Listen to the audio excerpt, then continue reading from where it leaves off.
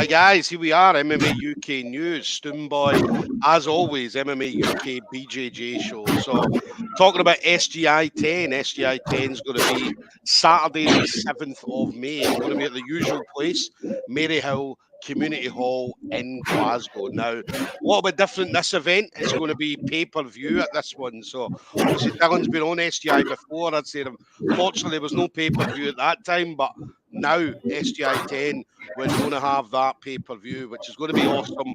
It's going to put the fighters out there in front of a lot more eyes, which is always a great thing. We always want to see these fighters in front of as many people as possible. So pay-per-view this time. Anybody that wants to get pay-per-view, head over to Scottish Grappling. Make sure you do get it. £10 for this card. Now, have a look at Scottish Grappling. You'll be able to see the card already. It is unbelievable card. So anybody that is going to be at the event, tickets are available again through the Scottish Grappling page, and it will take you directly through to their booking system where you will be able to get your tickets. It's going to be an awesome event. It's going to be commentators. Obviously, yours truly going to be one of the commentators. We're going to have a special guest commentator with me as well.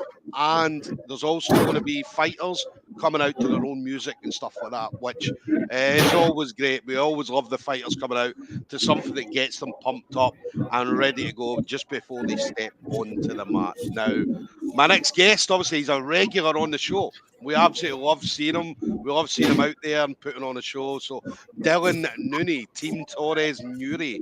Dylan's going to be up against Miguel Alvarez of Team Drag. So, obviously, one of Ashley Williams, the fighters, obviously moved down from Scotland down to obviously Wales and obviously trains with Ash. Dylan, you've been on the same card as Miguel before. So, it's going to be a great matchup between the two of you. Yeah, definitely. Me and Miguel were actually originally, I believe, matched up for the last SGI. I'm not sure what happened there before. I was actually matched with Cal Eleanor. It was actually originally Miguel Alvarez I was getting ready for. So, yeah, definitely. I think just there was only a matter of time. Same weight class, same belt. So, yeah. Definitely. Two great grapplers. I mean, obviously, we know the caliber of you. I mean, you're absolutely fantastic to watch. Very, very entertaining, very technical. You're fast, you move quickly. And obviously, Miguel, very, very similar. So, two very evenly matched grapplers. Yeah. I actually fought Miguel a couple of months ago at I think it was an All-Stars competition. I got a win on points, but I know it's going to be different because that was a gi match, and I know Miguel's primarily a no gi leg lock guy, so I am expecting a better match. And it was a razor close match between us in the gi, so I'm expecting to be more Miguel's element this time. So that's why I'm anticipating a tough match. So I'm looking forward to it.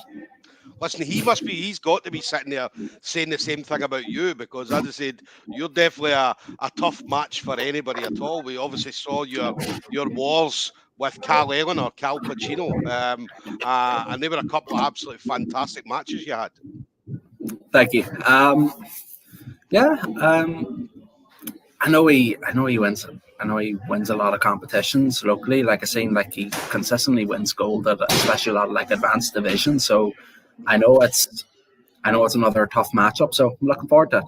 Yeah, it's going to be great. We always love seeing you in Scotland as well. As I said, anytime you're over, as I said, we always love having you over. Always love seeing you, and you're always smiling like you're doing at the moment. You're always happy. You're always enjoying yourself.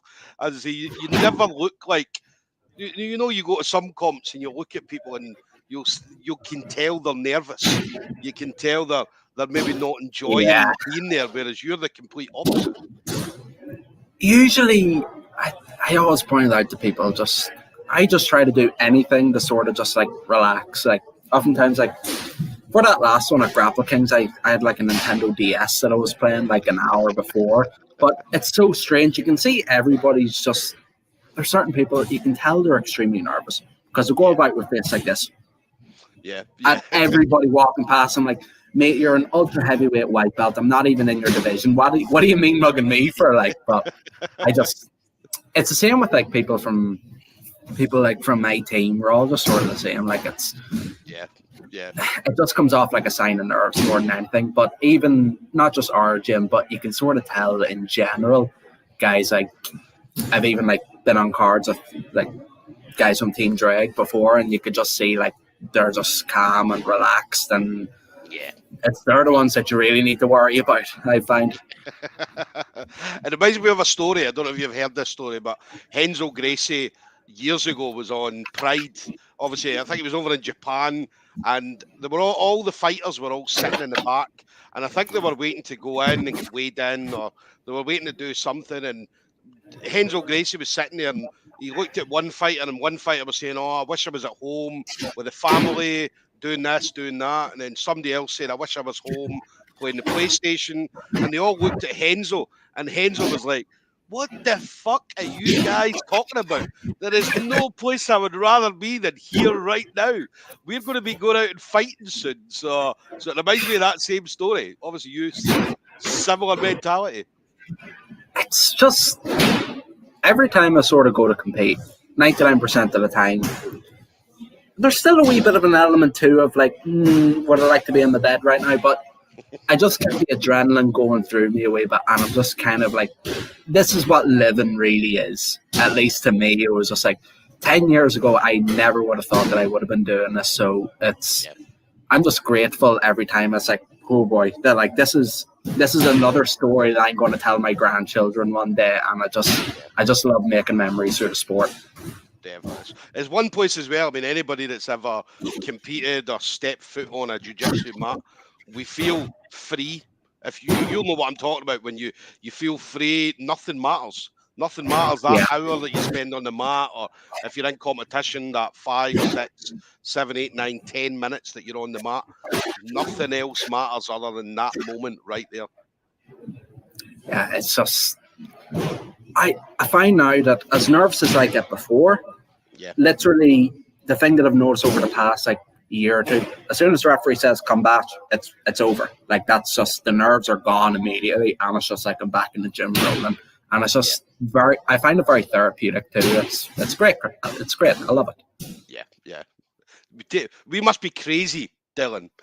Because anybody, I don't know about you, but anybody I talk to, when you tell them what you do, and they say, "Okay, what do you do in jiu-jitsu?" I mean, and they always do the karate moves. Do you do this kind of stuff? And you're like, nah. But then you explain to them, we choke each other for fun. We try and rip each other's arms off, or feet off, legs off, and they're like, "How is that enjoyable?"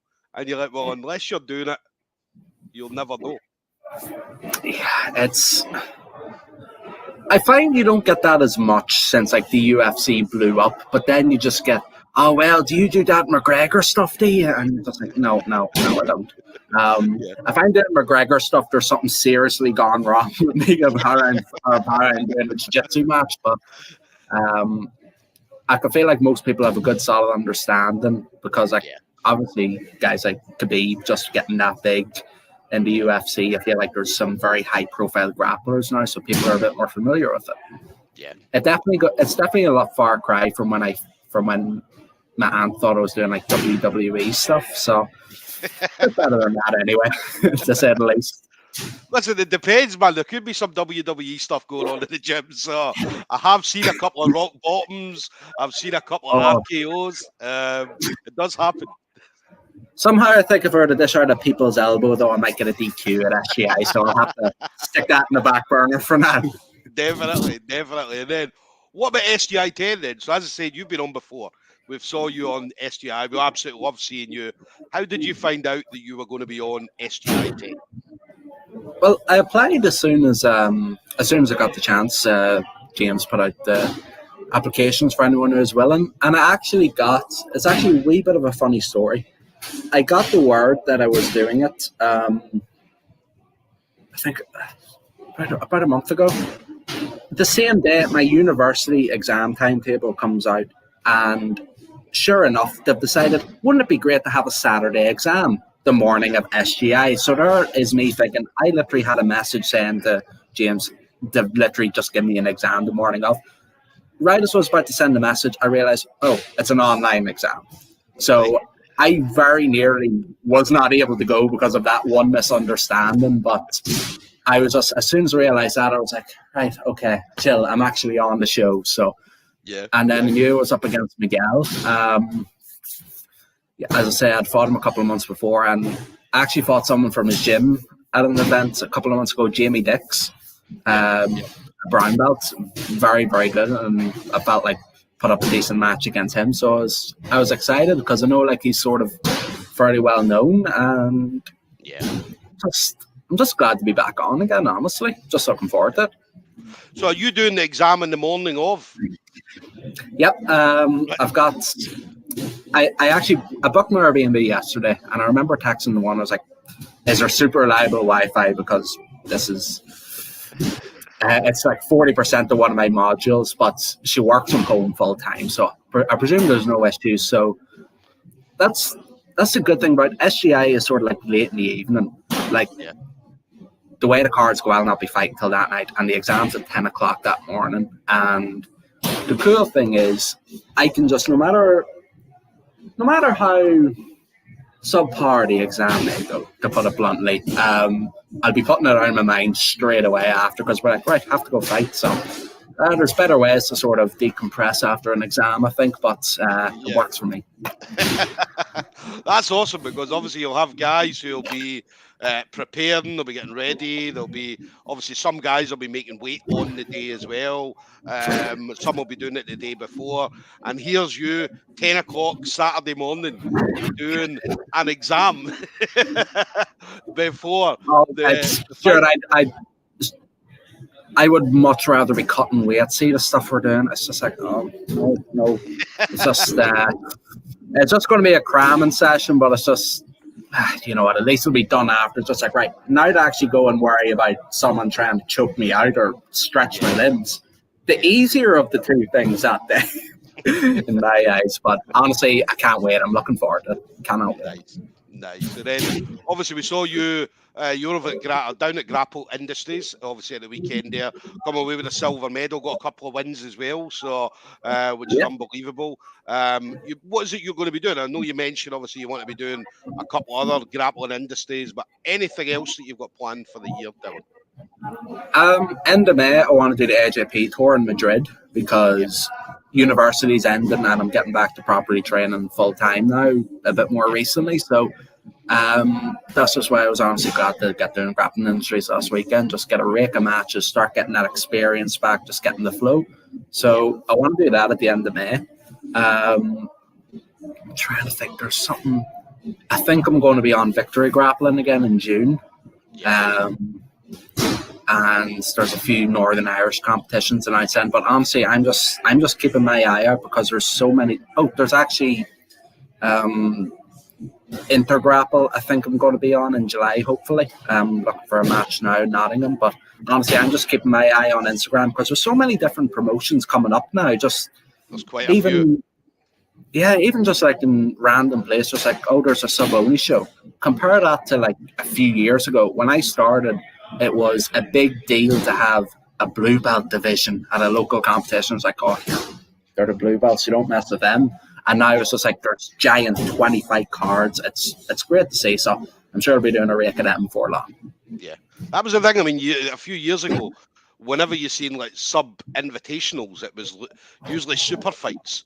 It was super fights between black belts or like high-level brown belts and stuff like that. Whereas now, obviously, you're seeing all these events coming up, and you've got blue belts, purples, and so on and so on. And it's given a lot of younger people as well, like say yourself, obviously the chance to get out there and obviously build your name up and things like that, which I'd say it was unheard of a few years ago. Only just before lockdown, it would have been unheard of, really. So, so it's awesome to see more and more of these events are popping up everywhere. Oh, definitely. A goal I do have to say that I do want to do, I'd like to get doing one or two in America. Yeah. Hopefully soon. There's even if it's like a pre match, I would love like a submission underground match or something like that.